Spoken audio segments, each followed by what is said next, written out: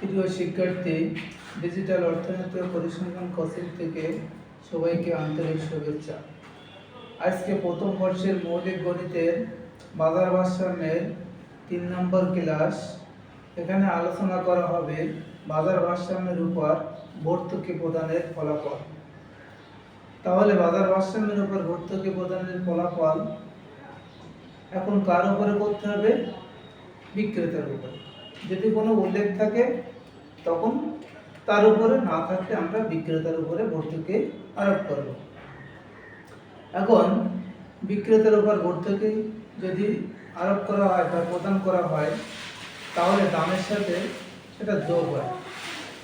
এখন বিক্রেতার উপরে যদি 2 টাকা ভর্তুকি প্রদান করা হয়, তাহলে দামের সাথে কি হবে? যোগ করা হবে। আমরা বাজার ভারসাম্যের 2 নম্বর ক্লাসে বলছিলাম, যদি কর আরোপ করা হয় তাহলে দামের থেকে সেটা বিয়োগ হবে, আর ভর্তুকি প্রদান করে দামের সাথে সেটা যোগ হবে। তাহলে 2 টাকা যদি ভর্তুকি প্রদান করা হয়, তাহলে আমাদের লিখতে হবে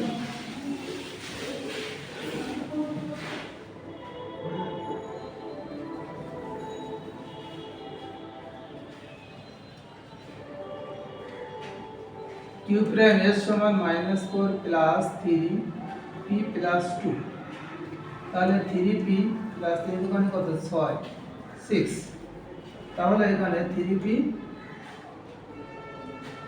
6 থেকে 4 বিয়োগ করে 2 হয়। ভারসাম্য অবস্থায় QD equal to Q prime S. তাহলে কিউডির মান কত?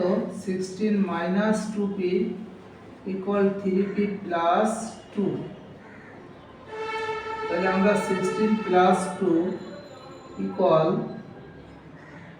প্লাস 2, এখানে মাইনাস 2, 3p প্লাস 2p। তাহলে এখানে থাকে 14, এখানে 3 2 5, 5p। তাহলে 5p ইকুয়াল টু 14। তাহলে p ইকুয়াল টু 14 কে 5 দিয়ে ভাগ করতে হবে।